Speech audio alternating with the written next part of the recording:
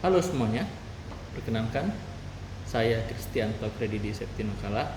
Saya adalah dosen program studi Teknik Sipil, jurusan Teknik Sipil dan Perencanaan di Institut Teknologi Kalimantan. Pada kesempatan kali ini, perkenankan saya untuk mendemonstrasikan bagaimana saya menyampaikan satu materi kepada para mahasiswa dalam mata kuliah Elemen Struktur Beton atau Elements of Concrete Structure. Dalam mata kuliah ini terdapat 3 SKS yang akan disampaikan dalam rentang waktu 16 minggu perkuliahan. 2 diantaranya merupakan ujian tengah semester dan ujian akhir semester. Adapun capaian pembelajaran yang diharapkan dalam mata kuliah ini adalah terbagi atas 4 bagian. Yang pertama aspek sikap, ada kemudian aspek kemampuan umum, kemudian aspek pengetahuan dan kemampuan khusus. Dalam aspek sikap diharapkan dapat menginternalisasi nilai norma dan etika akademik, menunjukkan sikap bertanggung jawab atas pekerjaan di bidang keahliannya secara mandiri. Dalam aspek kemampuan umum diharapkan mahasiswa mampu menerapkan pemikiran logis, kritis, sistematis, dan inovatif dalam konteks pengembangan atau implementasi ilmu pengetahuan dan teknologi yang memperhatikan dan menerapkan nilai humaniora yang sesuai dengan bidang keahliannya. Dalam aspek pengetahuan, mampu memahami konsep teoritis, sains rekayasa, prinsip-prinsip rekayasa, dan perencanaan rekayasa yang diperlukan dalam bidang rekayasa struktur, rekayasa sumber daya air, rekayasa transportasi, rekayasa geoteknik, dan manajemen konstruksi secara mendalam. Kemampuan berikutnya adalah mampu memahami prinsip dan metode aplikasi peraturan, standar pedoman dan manual bidang rekayasa struktur, rekayasa sumber daya air, rekayasa transportasi, rekayasa geoteknik, dan manajemen konstruksi.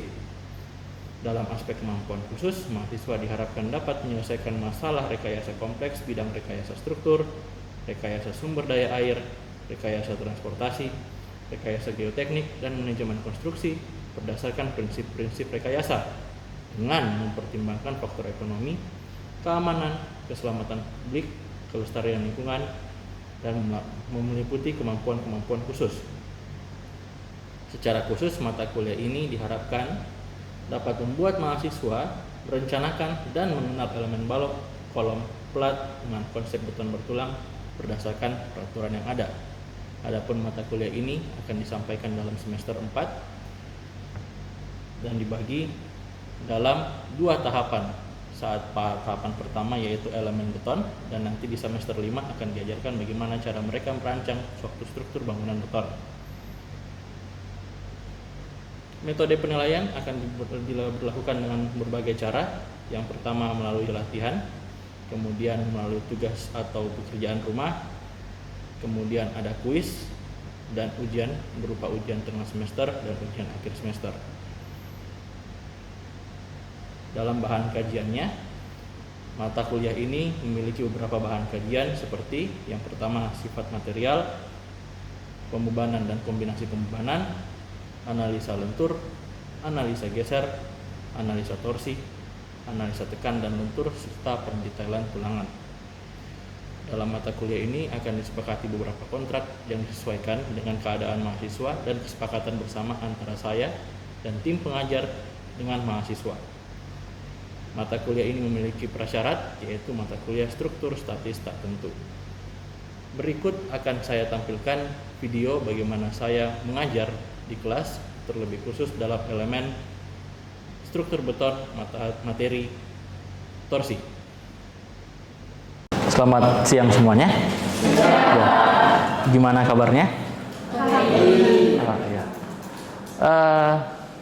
Seperti biasa, kalau kita sudah memulai kelas, saya akan review karena kesannya ini kan setelah UTS jadi mestinya masih segar materi yang kemarin sudah dipelajari sebelum ujian. Ya. Sebelumnya saya kenalkan materinya adalah mata kuliahnya adalah elemen struktur beton dengan materi torsi. Ada yang salah kelas di sini? Oh ya, berarti kita bisa lanjut ya. Oke, materi berikutnya setelah UTS adalah materi tentang torsi. Materi ini akan dibawakan dalam rentang 2 minggu, ini masuk minggu ke-9, sehingga minggu ini akan beberapa pengenalan sekaligus rumus dasar, minggu depan akan kita latihan soal. Oke. Sebelumnya saya review RPS sebentar. Jadi tujuan utama kita untuk mata kuliah ini adalah mahasiswa dapat merencanakan dan mengenal elemen balok, kolom, plat dengan konsep beton bertulang dengan aturan yang ada. Kemarin sudah belajar plat ya. Kemudian hari ini kita mau belajar beton, balok. Kemudian nanti setelah itu, setelah kita belajar tentang balok, kemudian kita akan belajar tentang kolom. Kemarin balok sudah belajar momen. Sudah? Kemarin juga sudah belajar geser sebelum UTS. Ya, sekarang kita akan belajar tentang torsi.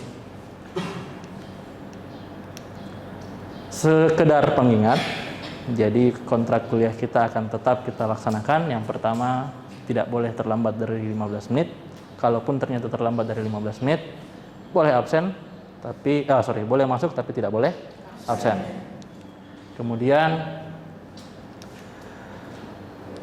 tidak hadir pada saat kelas berarti tidak boleh mengikuti kuis atau latihan. Kemudian mahasiswa yang ketahuan melakukan plagiarisme atau dalam bahasa biasanya nyontek, akan saya bagi nilai maksimumnya sejumlah mahasiswa yang sama tugasnya. Oke, gitu ya. Kemudian sebelum ujian tengah semester, mungkin ada materi yang terlewat yang belum kalian pelajari. Jadi kalau misalnya saya minta menjelaskan sifat-sifat material beton, sudah bisa ya? Kalau saya minta menjelaskan dan memahami desain geser, misal kalian saya suruh untuk menghitung nilai geser suatu balok, bisa ya? Clear? Oke. Nah, materi yang akan kita pelajari setelah UTS adalah yang pertama analisa torsi, yang kedua analisa tekan, yang ketiga kombinasi tekan lentur, dan yang keempat adalah pendetailan tulangan. Posisi kita sekarang sudah sampai lebih dari setengah jalan di analisa torsi. Kemudian harapannya kalian mampu menghitung torsi setelah materi ini selesai. Adapun komponen penilaiannya dari segi materi, dari isi materi ada dua, yaitu bagaimana kalian menghitung beban torsi yang terjadi atau biasanya disingkat dengan istilah TU. Kemudian perhitungan tahanan nominal torsi atau TN. Adapun komponen penilaiannya saya nilai dari keaktifan di kelas, kemudian tugas latihan yang akan kita lakukan minggu depan, dan kuis seperti biasanya ya. Nah, kita masuk di materi. Sampai di sini ada pertanyaan sebelum saya lanjutkan ke materi? Belum ada, oke. Nah, sebagai pengertian umum, silahkan kalau mau dicatat, tidak masalah. Mendengarkan saya juga bercerita silahkan. Gaya torsi atau disebut pula sebagai puntir adalah gaya yang mengakibatkan puntiran pada suatu elemen struktur yang diakibatkan oleh beberapa hal. Contoh, beban yang tidak seimbang pada balok. Kemudian ada juga kejadian beban yang tidak seimbang pada plat, mengakibatkan puntiran terhadap balok-balok tepi pada umumnya. Demikian pula puntiran dapat terjadi akibat adanya gaya yang mempunyai eksentrisitas. Eksentrisitas itu apa? Jarak. Oke ya, beban yang mempunyai jarak sehingga menimbulkan momen terhadap suatu elemen struktur sehingga mengakibatkan timbulnya puntir pada elemen struktur tersebut. Kalau saya terlalu cepat silahkan dikoreksi ya. Oke. Momen torsi yang bekerja pada komponen struktur seperti balok keliling dapat dihitung dengan menggunakan prosedur analisis struktur biasa. Desain terhadap komponen tertentu haruslah didasarkan pada keadaan batas saat kegagalan. Oleh karena itu, perilaku non-linear sistem struktur setelah retak torsi harus diidentifikasikan sebagai salah satu dari kedua kondisi berikut. Kondisi pertama, tidak adanya redistribusi tegangan torsi ke anggota yang lain setelah retak. Dan yang kedua, adanya redistribusi tegangan dan momen torsi setelah retak yang mempengaruhi kompatibilitas deformasi. Maksud dari kalimat ini adalah setelah dibebani, balok setelah dibebani, dia akan mengalami dua situasi. Yang pertama, dia sebelum retak tidak akan ada redistribusi alias penyesuaian terhadap beban yang diterima. Kalau balok setelah retak akibat torsi, otomatis nilainya akan turun, nilai kekuatannya akan turun. Kalau nilai kekuatannya turun, otomatis bebannya harus disesuaikan oleh balok, sehingga akan diredistribusi kembali ke bagian-bagian yang belum retak. Oke. Nah, perhitungannya ada di SNI 2847/2019 di bab 27. Oke. Bagi yang punya SNI boleh dibuka. Bagi yang tidak punya bisa lihat di papan, nanti saya akan menjelaskan. Desain untuk torsi pada pasal ini berdasarkan analogi rangka batang ruang tabung dinding tipis. Balok yang menerima torsi dianggap sebagai tabung dinding tipis dengan mengabaikan penampang balok inti balok solid seperti yang ditunjukkan pada gambar. Maksudnya seperti apa? Contoh, ini baloknya seperti ini. Jadi yang di luar ini yang kita akan perhitungkan dalam torsi. Selama ini kan kalau desain balok ada selimutnya di sisi luar kan? Kemudian ada tulangan di dalam kotak. Nah, di dalam kotak itu tidak dianggap ada torsi. Torsi hanya terjadi di selimutnya. Jadi seolah-olah seperti itu. Nah, kemudian ada juga yang tidak mengabaikan isinya. Kalau yang di atas kan seolah-olah mengabaikan isinya. Kalau yang di bawah mengabaikan isinya. Nah, yang mengalami puntir yang mana? Tetap dua-duanya adalah selimutnya. Sampai di sini paham ya? Oke. Resultan tegangan akibat torsi di dalam balok statis tertentu dapat dievaluasi dari kondisi kesetimbangan saja. Kondisi semacam itu membutuhkan desain untuk momen torsi eksternal berfaktor penuh karena memungkinkan tidak adanya redistribusi tegangan torsi. Keadaan ini seringkali diistilahkan sebagai torsi keseimbangan. Balok tepi haruslah didesain untuk menahan momen puntir berfaktor eksternal total akibat slab cantilever. Jika tidak, struktur tersebut akan mengalami keruntuhan. Kegagalan tersebut diakibatkan karena balok tersebut tidak memenuhi kondisi kesetimbangan gaya dan momen yang dihasilkan dari momen torsi eksternal yang besar. Sampai di sini ada yang mau ditanyakan? Mungkin bahasanya terlalu kompleks. Ya, jadi mungkin saya tambahkan kembali.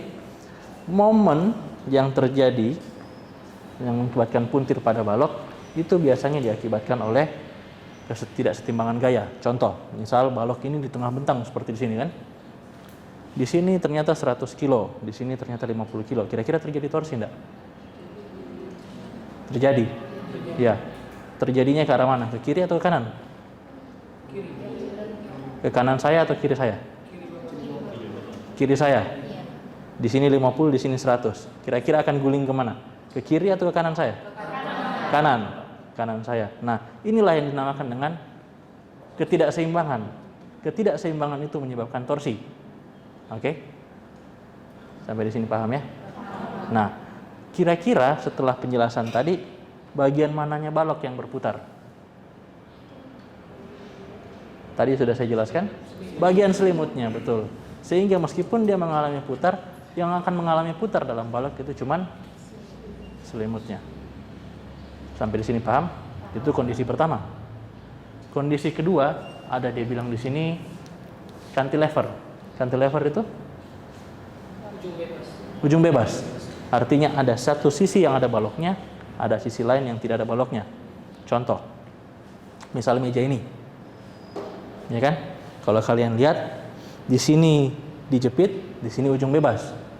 Kira-kira balok yang menanggung ujung di sini itu mengalami torsi enggak?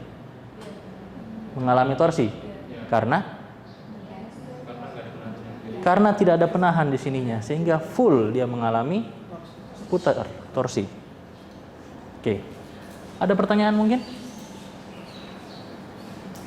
Belum? Oh iya, silakan. Namanya? Aljinan Mubarak 572-107. Oke. Tadi kan dijelasin untuk puntir dari balok saja Pak. Apakah untuk komponen lain Seperti kolom itu nggak ada ya buat puntir. Oke, terima kasih, bagus sekali pertanyaannya. Torsi terjadi di semua elemen struktur, tidak cuma balok.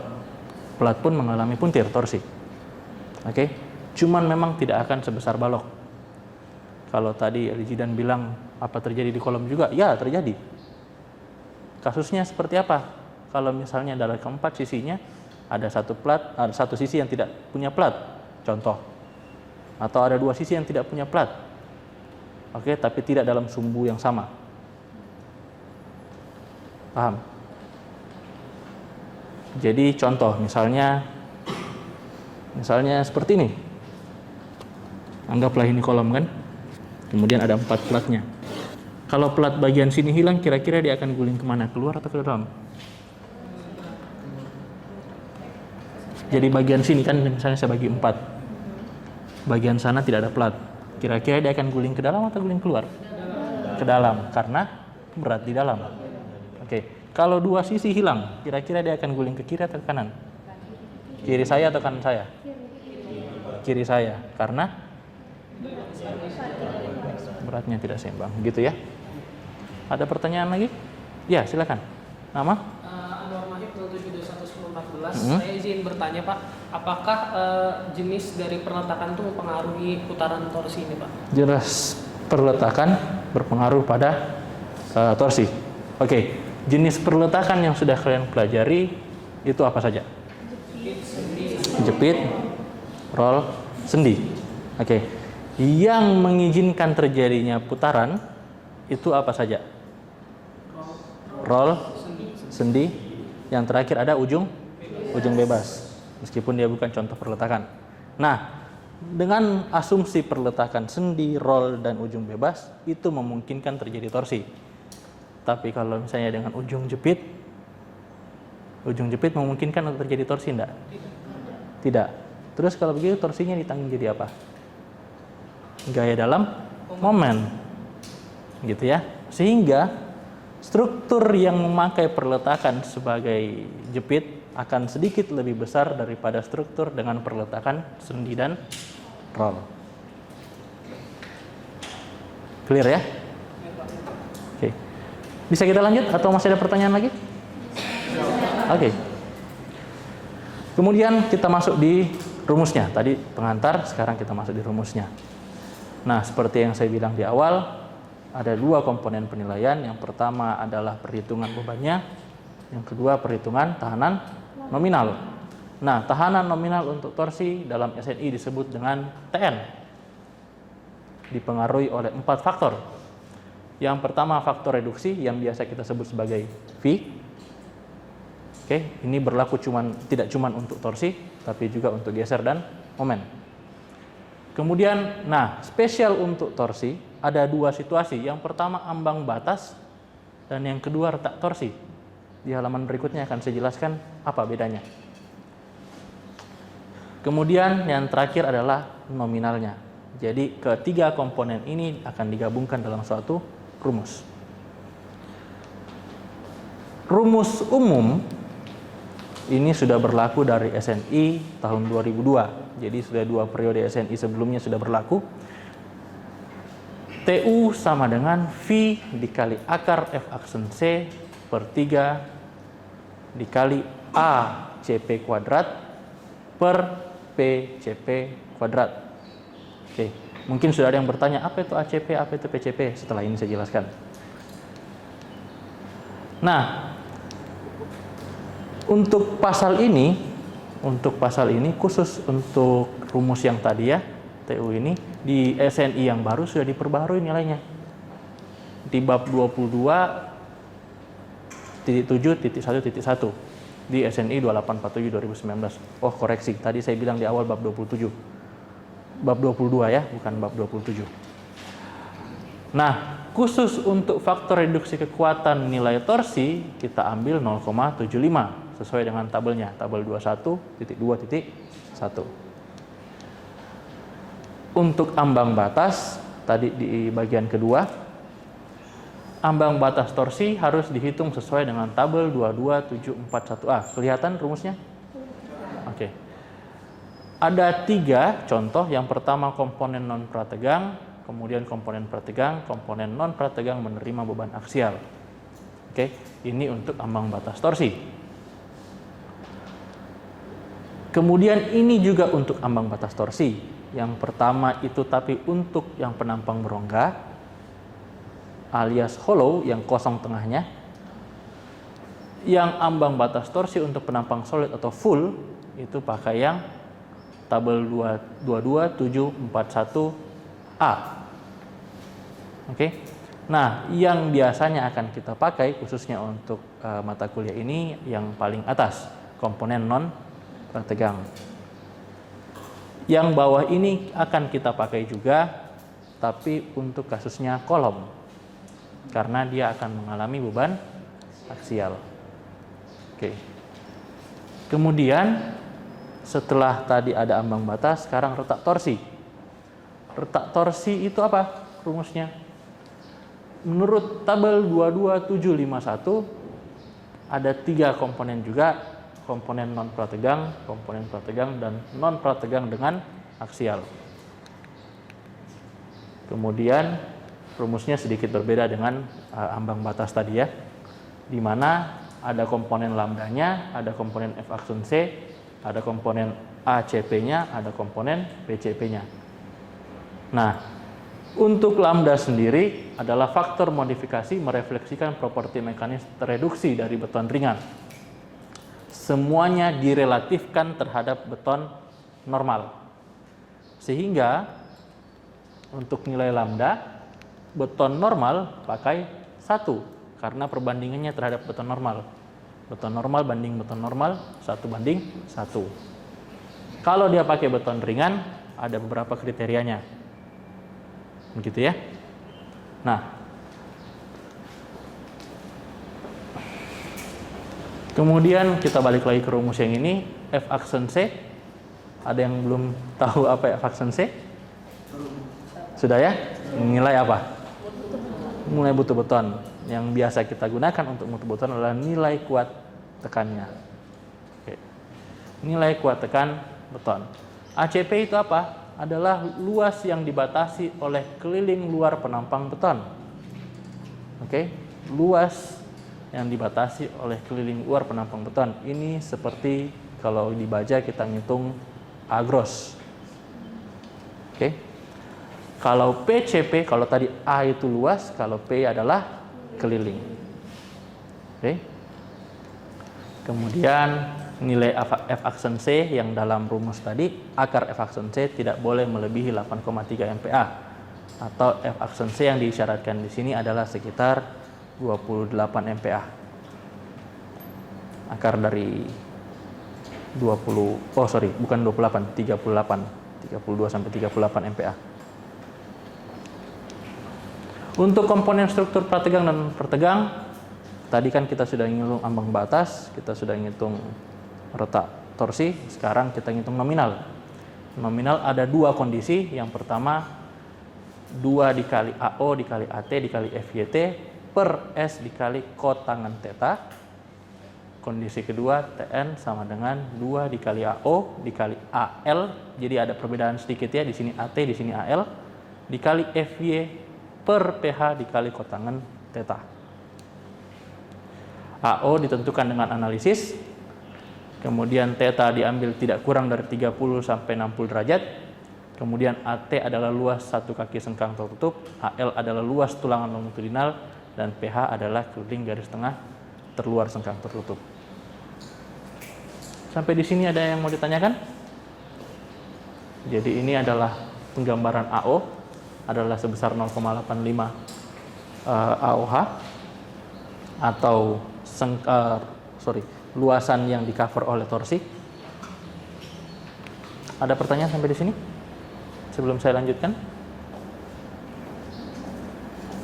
Pak. Ya, silakan. Mahib ya. Ya. Mahib 0721114. Tadi untuk rumus tahanan nominal itu kan ada 2, Pak. Kapan kita gunakan yang atas dan kapan kita gunakan yang bawah? Tahanan nominal yang ini ya. Iya. Oke. Dua-duanya harus dihitung. Seperti biasanya, kalau tahanan nominal, ambil yang besar atau ambil yang kecil? terkecil. Kenapa ambil yang kecil? Nominal adalah keadaan terkritis. Ya, sehingga kita perlu ambil yang kecil. Oke. Ada lagi? Ya, silakan. Kayak kita lagi kalau di 21136. Tadi kan ada yang perhitungan sudut-sudut Pak. Yang kayak batas-batas itu nanti hubungannya dengan mencari TR itu apa Pak? Yang ini ya? Iya. Oke. Oh ya, saya lupa mention tadi ya. Ini adalah ambang batas dan ambang letak torsi. Nah, ketika nilai TU yang diberikan di soal atau setelah kalian hitung analisis lebih kecil daripada ambang batas, maka pengaruh torsi boleh diabaikan. Oke? Kalau ternyata nilai TU yang didapatkan itu lebih kecil daripada ambang batas, maka nilai pengaruh torsi boleh diabaikan menggunakan tulangan minimum.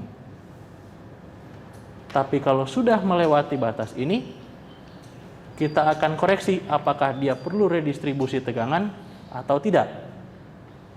Sebelum dia melewati batas retak, tidak perlu ada redistribusi torsi. Setelah dia melewati batas retak, ada redistribusi. Batas retaknya berapa? Segini. Oke, gitu ya. Sudah jelas? Jelas. Ada pertanyaan lagi?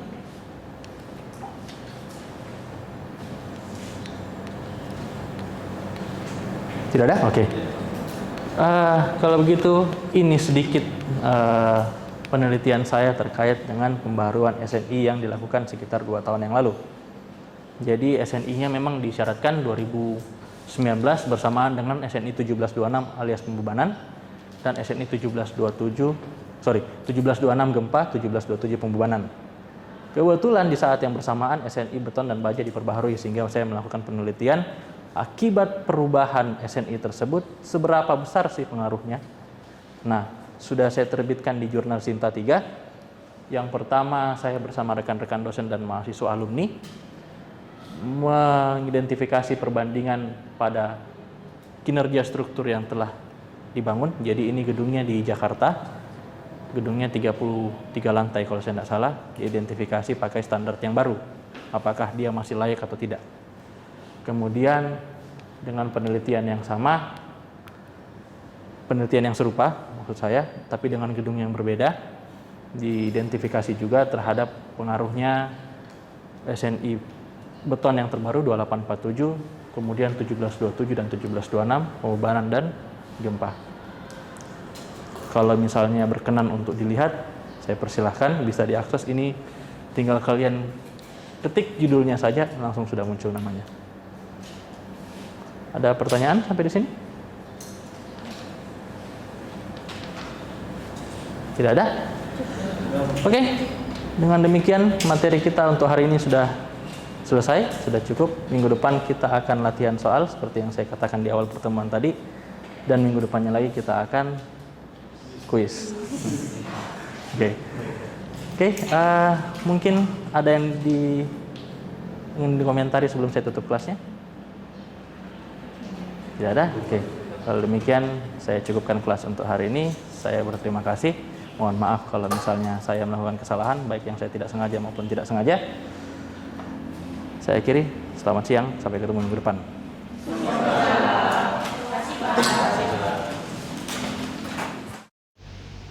Demikian video saya terkait bagaimana cara saya mendemonstrasikan pengajaran saya dalam mata kuliah elemen struktur beton. Semoga bermanfaat bagi siapapun yang menyaksikannya. Terima kasih, selamat pagi.